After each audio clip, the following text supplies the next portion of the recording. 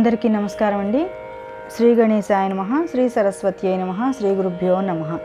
నారాయణ తీర్థుల వారి తరంగం ఇది ఆవిర్భావ తరంగాలలో ఒకటండి. ఈ తరంగంలో స్వామివారు నేనే దేవాది దేవుడను అని చెప్పారు కూడా, అందుకని ఇది ముఖ్యమైన తరంగం. దీని సాహిత్యం కూడా చివరిలో చెప్తానండి, ఎవరన్నా నేర్చుకోవాలనుకునే వాళ్ళు ఇబ్బంది పడతారని సాహిత్యము అలాగే అర్థం కూడా చెప్పబోతూ ఉన్నాను. ఈ తరంగం యొక్క అర్థము సాహిత్యము. ఇది సావేరి రాగం ఆది తాళంలో ఉన్నది.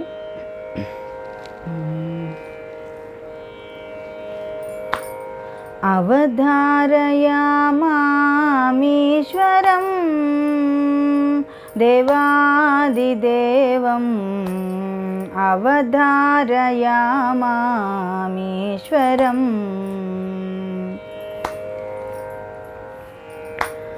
అవధారయామామీశ్వరం దేవాదిదేవం అవధారయామామీశ్వరం. తవ తాత తాపస సంతోషితోహం తావకాతనయాత్మనావనౌ సమవతీర్ణాఖిలసారం అవధారయామామీశ్వరం.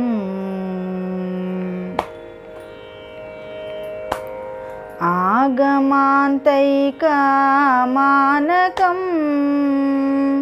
అనన్యభావం అగణితాలోకనాయకం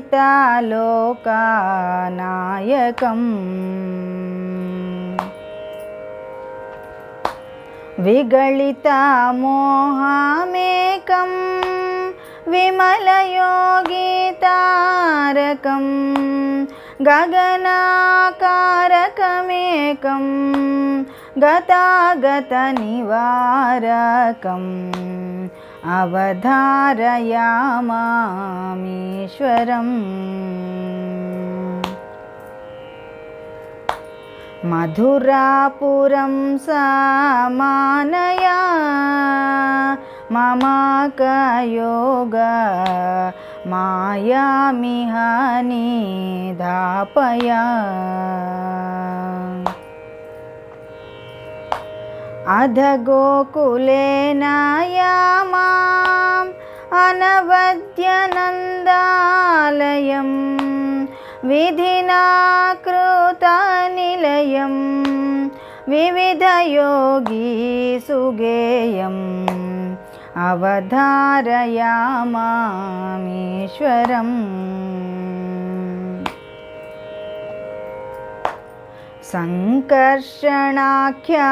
సంకర్షణాఖ్యామవ్యయం సాధువిధేయం సంభూతమాశ్రితాభయం శృంగారాదినిలయం శ్రీరామనామధేయం సంగతం మాత్సహాయం సర్వలోకాభ్యుదయం అవధారయామామీశ్వరం.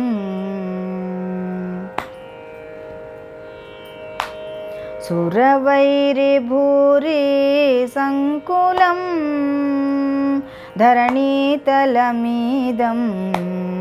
అసురహరణోద్యమం పరిభావయామామితే పరమాత్మగీతామిహ వరనరాయణతీర్థ విరచితామేతదీతి అవధారయామామీశ్వరం.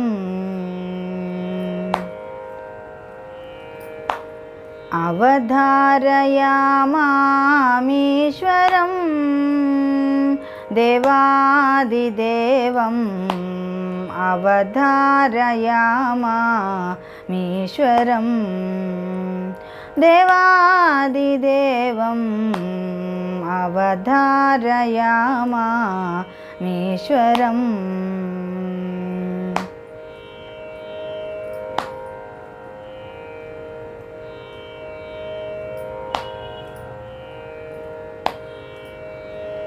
ధన్యవాదాలండి. ఇది సాహిత్యం వచ్చి ఇప్పుడు ఒకసారి చూద్దాము.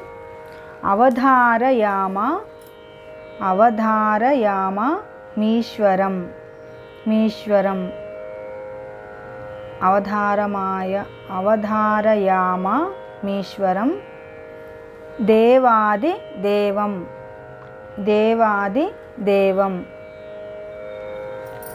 ఇది పల్లవండి. అనుపల్లవి వచ్చి తవ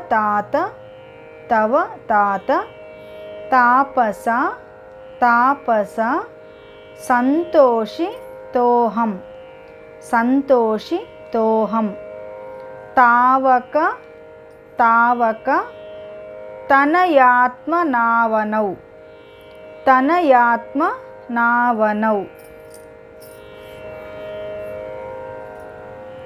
సమవతీర్ణ సమవతీర్ణ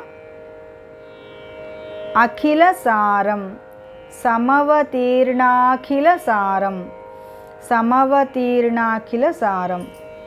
మొదటి చరణం. ఆగమాంతైక మానకం ఆగమాంతైక మానకం. అనన్య భావం అనన్య భావం. అగణితాలోక అగణితాలోక నాయకం నాయకం.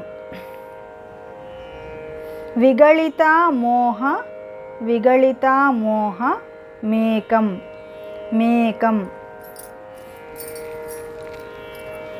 విమలయోగి విమలయోగి తారకం తారకం. గగనాకారక గగనాకారక మేకం మేకం. గతాగత గతాగత నివారకం నివారకం.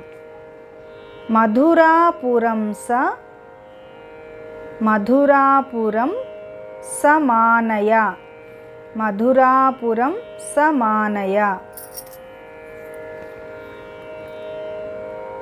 మామక యోగ మామక యోగ మాయామిహ మాయామిహ నిధాపయ నిధాపయ. మాయామిహ నిధాపయ. అధగోకులే అధగోకులే నయామాం నయామాం. అనవద్య అనవద్య నందాలయం నందాలయం. విధినాకృత నిలయం విధినాకృత నిలయం. వివిధ యోగి వివిధ యోగి సుగేయం సుగేయం. తర్వాత చరణం మూడవది. సంకర్షణాఖ్య సంకర్షణాఖ్య మవ్యయం మవ్యయం. సాధు విధేయం సాధు విధేయం. సంభూతమాశ్రిత సంభూతమాశ్రిత భయం.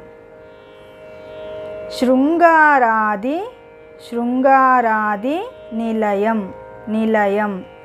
శ్రీరామ శ్రీరామ నామధేయం నామధేయం. సంగతం సంగతం మత్సహాయం మత్సహాయం. సర్వలోకాభ్యుదయం సర్వలోకాభ్యుదయం. సురవైరిభూరి సురవైరిభూరి సంకులం సంకులం. ధరణీతలమిదం ధరణీతలమిదం. అసుర హరణోద్యమం అసుర హరణోద్యమం. పరిభావయామామితి పరిభావయామామితి పరమాత్మ గీతమిహ పరమాత్మ గీతమిహ వర నారాయణతీర్థ విరచిత మేతదీతి విరచిత మేతదీతి వరనారాయణతీర్థ విరచిత మేతదీతి. ఇది సాహిత్యం అండి. ఇప్పుడు ఈ తరంగం యొక్క అర్థం చూద్దాం. నారాయణ తీర్థుల వారు మనకు అందించినటువంటి తరంగం ఇది. పల్లవి యొక్క అర్థము: మాం ఈశ్వరం, నన్ను సర్వ నియామకునిగాను, దేవాదిదేవం, సమస్త దేవతలకు ఆదిదేవునిగాను అవధారయ, తెలుసుకొనుము. ఇక్కడ శ్రీకృష్ణ పరమాత్మ చెప్తున్నారన్నమాట. నేనే దేవాది దేవుడను, సమస్త దేవతలకు ఆదిదేవుడను నేను. మాం ఈశ్వరం, నేనే సర్వ నియామకునిగాను ఉన్నాను, నన్ను తెలుసుకోండి అని ఇక్కడ అర్థం చెప్తూ ఉన్నారు. అనుపల్లవి: తాత తవ తపసా, తాత తవ తపసా, హే తండ్రి మీ యొక్క తపస్సు చేత, అహం సంతోషితః, నేను సంతోషించిన వాడనై, తావక తనయాత్మన, నీ యొక్క కొమరుని రూపంతో, అవనౌ భూమి యందు, సమవతీర్ణం లెస్సగా అవతరించినటువంటి, అఖిల సారం సమస్త జగత్తునకు సారభూతమైనటువంటి వానిగా, అవధారయ తెలుసుకొనుము అనేది అనుపల్లవి. మొదటి చరణం ఆగమాంత అంటే ఉపనిషత్తుల గురించి, వేదాంత రూపమైన ఏకమానకం ముఖ్యమైన ప్రమాణము గలవాని గాను, అనన్యభావం అన్యమును చెందని స్వరూపం గలవానిగాను, అగణిత లోకనాయకం లెక్క పెట్టుటకు సాధ్యం కాని అసంఖ్యాకం లోకములకు నాయకునిగాను, విగళిత మోహము లేనటువంటి అని అర్థం, విమల యోగి నిర్మలమైన యోగులను, తారకం తరింపజేయువానిగాను, గగనాకారకమేకం ఆకాశము వలె ఇతర వస్తువులతో చేరకయుండువానిగను, అవధారయ తెలుసుకొనుము. గతాగత నివారకం చావు పుట్టుకను వారింపజేయువానిగాను, మోక్షప్రదుడను, అవధారయ తెలుసుకొనుము. రెండవ చరణం మాం గోకులే, నన్ను గోకులమందు, విధినాకృత దైవయోగము చేత నిర్మింపబడిన, నిలయం స్థానమైనటువంటి నీ, వివిధ యోగి సుగేయం చాలామంది యోగుల చేత లెస్సగా గానం చేయబడుచున్నటువంటివిన్ని అంటే గానం చేయబడుచున్నటువంటి వంటిని, అనవద్య నందాలయం దోషరహితములైనటువంటి నందగృహమునకు, నయ చేర్చుము, నయ అంటే చేర్చుము, అధమామక యోగమాయాం అంటే అనంతరం నా యొక్క యోగమాయాదేవి అవతార రూపమైన ఆడ శిశువును, మధురాపురం సమానయ మధురాపురమునకు తీసుకొని వచ్చి, ఇహ నిధాపయ ఇక్కడకు చేర్చుము. మూడవ చరణం సాధు విధేయం పెద్దలకు విధేయుడును, శృంగారాది నిలయం సౌందర్యము మొదలగు సద్గుణములకు ఉనికి పట్టైన వాడును, శ్రీరామ నామధేయం శ్రీరామ అను పేరు గలవాడును, సంగతం మత్సహాయం నా సహాయము పొందినవాడును, సర్వలోక సమస్త లోకములకు అభ్యుదయం మంగళ స్వరూపుడును, ఆశ్రిత అభయం, ఆశ్రయించిన భక్తుల భయమును తీర్చువాడును, అవ్యయం, నాశరహితుడును అగు సంకర్షణాఖ్య, సంకర్షణుడు అనే పేరుతో అంటే బలరామునిగా, సంభూతం అవధారయ పుట్టినట్టు తెలుసుకొనుము. 4వ చరణం. ఇదం ధరణీతలం, ఈ భూలోకము, ఇదం ధరణీతలం, ఈ భూలోకము, సురవైరి భూరి సంకులం, రాక్షసులతో నిండి ఉన్నదిని, మాం నన్ను, అసుర సంహరణ ఉద్యమం, రాక్షస సంహరణ ప్రయత్నము గలవానినిగా పరిభావయ తలంచుము. ఇతి ఇహ ఇట్లని ఇక్కడ, ఇతి ఇహ ఇట్లని ఇక్కడ, పరమాత్మ గీతం, శ్రీకృష్ణ స్వామివారి చేత చెప్పబడిన వాక్యముగా, ఏతత్ ఈ కీర్తన, వర శ్రేష్టమైనటువంటి నారాయణ తీర్థుల వారి వల్ల విరచితం రచింపబడినది అనేది ఇక్కడ ప్రతిపదార్థంగా మనం తీసుకోవచ్చండి. ఇప్పుడు అసలైన భావంలోకి వద్దాం. పల్లవొచ్చి అవధారయామామీశ్వరం దేవాదిదేవం యొక్క అర్థం.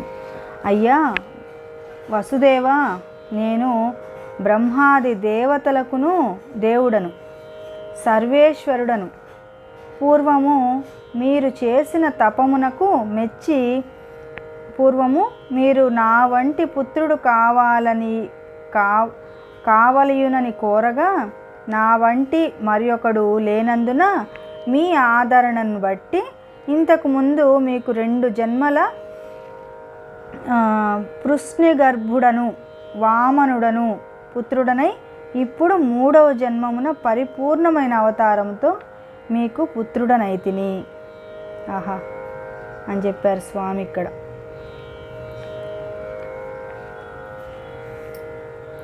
పూర్వము మీరు చేసిన తపములకు మెచ్చి, మనం చేసిన పుణ్యకార్యాలనేవి ఎన్ని జన్మలెత్తినా మన వెంటనంటే ఉండి మనల్ని కాపాడుతుంటాయి అనడంలో ఎంత ఇక్కడ గూఢార్థంలాగా ఉందో చూడండి. వసుదేవునికి చెప్తున్నారు స్వామి విష్ణుమూర్తి. అయ్యా వసుదేవా, నేను బ్రహ్మాది దేవతలకును దేవుడను, సర్వేశ్వరుడను. నేను దేవతలందరికీ బ్రహ్మాది దేవతలకును దేవుడను, సర్వేశ్వరుడను అని ఇక్కడ స్వామివారు స్వయంగా చెప్తూ ఉన్నారు వసుదేవునితో. వసుదేవునికి పూర్వజన్మ గురించి కూడా చెప్తూ, మీరు పూర్వజన్మలో చేసిన తపమునకు మెచ్చి, అప్పుడు మీరు కోరుకున్న దాన్ని బట్టి నా వంటి కుమారుడు కావాలని మీరు కోరుకున్నారు కదా, నా వంటి కుమారుడు అనేది జరగదు కాబట్టి నేనే కుమారుడుగా మీ ఆదరణను బట్టి ఇంతకుముందు 2 జన్మలలో పుత్రుడుగా వచ్చారట. ఇప్పుడు 3వ జన్మ పరిపూర్ణమైన అవతారంతో మీకు పుత్రుడనైతిని అని ఇక్కడ శ్రీకృష్ణ స్వామివారు వసుదేవునితో చెప్తున్నట్లుగా మనకి ఇక్కడ ఈ తరంగంలో వస్తుంది. మొదటి చరణం. నన్ను, నా మహిమను వేదాంతము ఉపనిషత్తులలోనే తెలియవలయను. ప్రపంచమున నాకన్నా వేరు లేదు. నేనే సర్వలోకములకును స్వాభావిక నాయకుడను. మరియు అవిద్యాది దోషములు నన్నంటవు. నన్నొకనినే ఉపాసించి యోగీశ్వరులు తరించుచున్నారు. నేనన్నిటి యందున్నను వాని దోషములెవ్వియు ఆకాశమునంటకుంటున్నట్లు నాకంటవు. నేనే మోక్షప్రదుడను అని ఇక్కడ స్వామివారు చెప్తున్నారు మొదటి చరణంలో. నన్ను అంటే స్వామివారి మహిమను ఎక్కడ తెలుసుకోవచ్చు మనం అంటే వేదాంతంలో ఉపనిషత్తులలోనే తెలియవలెను. అంటే స్వామివారి లీలల గురించి మనం తెలుసుకోవడము, మనం కనుక్కోవడము కాకుండా దేవతలే పూజించే స్వామివారు ఆయన మహిమను మనం తెలుసుకోవాలంటే వేదాంతము, ఉపనిషత్తులు ఇలా మనము వాటి ద్వారానే మనం తెలుసుకోగలం. విడిగా స్వామివారి లీలలు, స్వామివారి అనుగ్రహం తెలుసుకోవడం అనేది అంత సాధారణమైన విషయం అయితే కాదు. ప్రపంచమున నాకన్నా వేరు లేదు, ప్రపంచమున నాకన్నా వేరు లేదు, ఆయనే ప్రపంచం కదా. స్వామివారి లోపలే ఉన్నాం మనం అందరం. ఇంకా వేరే ప్రపంచం ఎక్కడి నుంచి వస్తుంది? అంతా స్వామిలోనే ఉన్నాం అందరం. నేనే సర్వలోకములకు స్వాభావిక నాయకుడను అంటే నేను ఒక్కడినే ఈశ్వరుడను, మొత్తం నా ఆధీనంలో ఉన్నది, నేనే దేవాది దేవుడను అని ఇక్కడ స్వామివారు చెప్తున్నారు మనకి. మరియు అవిద్యాది దోషములు నన్ను అంటవు. స్వామివారికి ఎటువంటి దోషాలు అంటవన్నమాట. నన్నొక్కరినే ఉపాసించి యోగీశ్వరులు తరించుచున్నారు. మన స్వామివారిని ఎవరెవరు పూజిస్తారు అంటే దేవతలు, యోగులు, మునులు, ఇలా అందరూ స్వామివారిని పూజిస్తూ ఉంటారు, ఉపాసిస్తూ ఉంటారు, ధ్యానిస్తూ ఉంటారు, తపస్సు చేస్తూ ఉంటారు, మొత్తం స్వామివారి కోసమే చేస్తుంటారు అని ఇక్కడ స్వామివారు చెప్తున్నారు. నేనన్నిటి ఎందున్నను వాని దోషములెవ్వియు ఆకాశమునకు అంటనట్లు నాకు అంటవు. అన్ని జీవరాశులలో, అన్ని ప్రదేశాలలో, అన్ని చోట్ల నేనున్నా కూడా అక్కడ దోషాలు ఏమన్నా జరిగితే అవి నాకు అంటవు అని చెప్తున్నారు. మొత్తము ప్రపంచమంతా ఆయన గర్భంలోనే ఉన్నప్పుడు ప్రతి వస్తువు ఆయనే కదా, ప్రతి జీవి ఆయనే, ప్రతి వస్తువు ఆయనే. అటువంటి దోషాలైనటువంటివి ఏవైనా ఉంటే మాత్రం అవి నన్ను అంటవు. నేనే మోక్షప్రదుడను అని స్వామివారు ఇక్కడ మనకు ఆయన విశ్వరూపం చూపిస్తున్నట్లుగా అత్యద్భుతంగా చెప్పారు నారాయణ తీర్థుల వారు. తర్వాత 2వ చరణం. నన్ను తీసుకొని వెళ్ళి నందగోకులమునందు నందుని ఇల్లాలగు యశోద పొదిగిట ఉంచి ఆ తల్లి కనిన ఆడబిడ్డను నా యోగమాయను తెచ్చి ఇట ఉంచుము అని ఇక్కడ శ్రీకృష్ణ స్వామి వారు చెప్తున్నట్లుగా చెప్పారనమాట. అంటే ఆయన ఆవిర్భావం జరిగింది. ఆవిర్భావం జరిగినప్పుడు ఆయన ఏం చెప్పారు? నేనే భగవంతుడను, నేనే సర్వేశ్వరుడను, నేను మీ ఇంట పుట్టాను, ఇంతకుముందు 2 జన్మలలోనూ మీ ఇంట మీకు జన్మించాను, ఇప్పుడు కూడా నన్ను కోరుకున్నారు కాబట్టి ఈ జన్మలో కూడా నేను పూర్ణావతారంతో మీకు జన్మించాను. అయితే ఇప్పుడు చేయవలసిన తక్షణ కర్తవ్యం ఏంటి అంటే నన్ను ఇక్కడి నుంచి తీసుకొని వెళ్ళి నందగోకులమునందు, నందవ్రజము ఉంటుంది కదా, నందుడు ఆయన దగ్గర నందగోకులమునందు నందుని ఇల్లాలగు యశోదాదేవి ఉంటుంది అక్కడ, నందుని భార్య. ఆ యశోదాదేవి దగ్గర పొదిగిట ఉంచి ఈ స్వామిని తీసుకెళ్ళి అక్కడ ఉంచమని శ్రీకృష్ణ స్వామివారు వసుదేవునికి చెప్తున్నారు. అక్కడ యశోదాదేవి వద్ద ఉన్నటువంటి ఆడబిడ్డను, అంటే నా రూపమే యోగమాయ అవతారం, అది స్వామివారే యోగమాయగా కూడా ఆవిర్భవించారు. నా యోగమాయను తెచ్చి ఇక్కడ ఉంచుము, ఇచ్చట ఉంచుము అని అన్నారు అనమాట 2వ చరణంలో. ఇప్పుడు 3వ చరణం. అట గోకులమున నందుని ఇంటనున్న నీ సతి రోహిణియందు నా అంశచేతను శేషాంశచేతను పుత్రుడు ఉదయించినాడు. అక్కడ గోకులమున నందుని ఇంటనున్న నీ సతి రోహిణియందు నా అంశచేత, ఆ రోహిణి అనే ఆవిడకి స్వామివారి అంశే రెండవ ఒక అంశ శ్రీకృష్ణ స్వామివారిగా పుట్టారు. 2వ అంశగా బలరాముడుగా కూడా ఆయన ఆవిర్భవించారనమాట. అట గోకులమున నందుని ఇంటనున్న నీ సతి రోహిణియందు నా అంశచేతను శేషాంశచేతను పుత్రుడు ఉదయించినాడు. స్వామివారి అంశ శేషాంశ చేత శేషావతారం కూడా కలిపి ఆవిర్భవించిన ఆయన బలరాముడు అనమాట. అతడు ఆశ్రితుల భయమును తీర్చువాడు. ఈయన బలరాముడు శ్రీకృష్ణుడు ఇద్దరు అన్నదమ్ములుగా పుట్టినప్పటికీ కూడా ఈ అవతార కార్యం కోసం రెండు రకాలుగా కనిపిస్తున్నప్పటికీ ఒకే రూపము, ఒకే శక్తి, ఒక అవతారంలో కార్యమును అంటే భయమును తీర్చేవాడుగా, ఇంకొక అవతారమైన కృష్ణ అవతారమేమో ఇలా గోపబాలకుడుగా ఇలాగా మనకి కనిపిస్తారనమాట. రెండు రూపాలు స్వామివారివే, రెండు అవతారాలు స్వామివారే. ఒకే సమయంలో దశావతారాల్లోని రెండు అవతారాలు ఇక్కడ దర్శనమిస్తున్నాయి అన్నమాట. శ్రీకృష్ణ అవతారము, బలరామ అవతారము.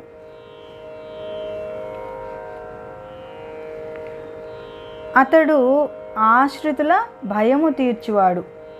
చాలా బలరాముడు చాలా శక్తిశాలి కాబట్టి ఆయన అందరి భయాన్ని తొలగించుచున్నాడు. సజ్జనులకు విధేయుడు, మంచివారికి రక్షకుడుగా ఉంటాడనమాట. శృంగార రస ప్రధానుడు, రామ అను రమణీయ నామము కలవాడు బలరాముడు కదా, అది ఇక్కడ వివరిస్తున్నారు అనమాట. రామ అనే నామము ఇక్కడ వచ్చింది. సర్వలోక శుభములు వనరించుటకై నాకు సహాయముగా ఉదయించినవాడు. స్వామివారు రాక్షస సంహారము ఇలా ఎన్నో కార్యాలు ఆయన వచ్చిన కార్యాలన్నీ ఉండడం వల్ల ఆయనకు సహాయం చేయడానికి ఆయనే వేరొక అవతారంలో కూడా అవతరించారనమాట. కృష్ణావతారంలో ఎక్కడ యుద్ధాలు అలా కాకుండా రాక్షస సంహారం చేశారు, కానీ ఎక్కువగా గోపబాలకుడుగానే ఉన్న శ్రీకృష్ణ స్వామి అదే స్వామివారు బలరామ అవతారంలో ఉన్నప్పుడు ఆయన కొంచెం బలంగా, క్రోధంగా, దుష్టులను శిక్షించే విధంగా, ఈ విధంగా బలరామ అవతారం కూడా స్వామివారు వచ్చారనమాట. ఇక్కడ సర్వలోక శుభములు వనరించుటకై నాకు సహాయముగా ఉదయించినవాడు. నా కోసం సహాయంగా ఈ బలరామ అవతారం వచ్చింది. అది కూడా నేనే. అది నా అంశ చేత తర్వాత శేషాంశ చేత కలిసినట్టుగా ఈ అవతారం అనేది వచ్చింది. నాకు సహాయం కోసమే ఇలా ఆవిర్భవించాను అని ఇక్కడ రెండు అవతారాల గురించి స్వామి వివరించారనమాట. ఇప్పుడు 4వ చరణం. ఈ భూమి యందు దుష్ట రాక్షసులు రాజులుగా పుట్టి ప్రజలను బాధింపవారిని పరిమార్చుటకు అవతరించిన వాడను. ఈ భూమి యందు దుష్ట రాక్షసులు, అప్పుడు ఎంతమంది రాక్షసులు ఉన్నారో, అధర్మం అనేది విపరీతంగా చెలరేగుతున్నప్పుడు స్వామివారు ఆ దుష్టులను సంహరించడానికి రాక్షస సంహారార్థమై స్వామివారు పుట్టాను అని ఇక్కడ చెప్తున్నారన్నమాట. ఈ భూమి యందు దుష్ట రాక్షసులు రాజులుగా పుట్టారు. కంసుడు ఇలా ఎంతోమంది రాక్షసులు రాజులుగా ఉన్నారు కదా, ఆ విషయం ఇక్కడ వివరించారన్నమాట. దుష్ట రాక్షసులు రాజులుగా పుట్టి ప్రజలను బాధిస్తున్నారు. వాళ్ళు ప్రజలనందరినీ బాధిస్తూ ఉన్నారన్నమాట. అటువంటి వారిని అంటే హరించడానికి పరిమార్చుటకు అవతరించిన వాడను. ఈ గీతము నారాయణ తీర్థులు పాడినది అని ఇక్కడ నారాయణ తీర్థుల వారి ముద్రానామం వచ్చింది. ఈ గీతము నారాయణ తీర్థులు పాడినది అని ఇక్కడ అర్థం అండి. ఇదంతా స్వామివారి ఆవిర్భావ ఘట్టమంతా కళ్ళకు కట్టినట్టు చూపించారు నారాయణ తీర్థుల వారు. మన వాగ్గేయకారుల రచించిన రచనలను ప్రతి ఒక్కరం తెలుసుకుందాం, నేర్చుకుందాం, పాడుదాం. అయితే మన సంగీత త్రిమూర్తులలోని త్యాగరాజ స్వామి వారు, ఆయన అలాంటి సంగీత త్రయంలో ఒకరుగా కావడానికి ముఖ్య కారణం వారి తల్లిగారు. వారి తల్లిగారు ఎప్పుడూ రామదాస్ గారి కీర్తనలు ఇంట్లో పాడుతూ ఉండేవాళ్ళట. అలా పాడుతూ ఉండడం వల్ల త్యాగరాజ స్వామి వారికి సంగీతం అంటే మక్కువ, భగవంతుడంటే మక్కువ, రాముడంటే మక్కువ, రాముడు పిలిస్తే పలుకుతాడు అనేది, ఇవన్నీ కూడా భక్తిభావం అనేది పిల్లల్లో కలగడానికి ముఖ్య కారణం తల్లే అవుతుంది. కాబట్టి ప్రతి ఇంట్లో ఈ మన వాగ్గేయకారుల కీర్తనలు అనేవి పాడుతూ ఉండడం వల్ల త్యాగరాజ స్వామి వారి లాంటి పిల్లలు ప్రతి ఇంట్లో కూడా పుడతారు. అలాంటి పిల్లలే గనక పుడితే ఇంకా సమాజంలో అంతా మంచే కదండి. అందుకోసం ప్రతి ఇంట్లో వాగ్గేయకారుల కీర్తనలను పాడుదాం, తెలుసుకుందాం, మనం తెలుసుకుందాం, పాడుదాం, ఇతరులకు తెలియజేద్దాం. ధన్యవాదాలండి. జై శ్రీరామ్, జై శ్రీకృష్ణ.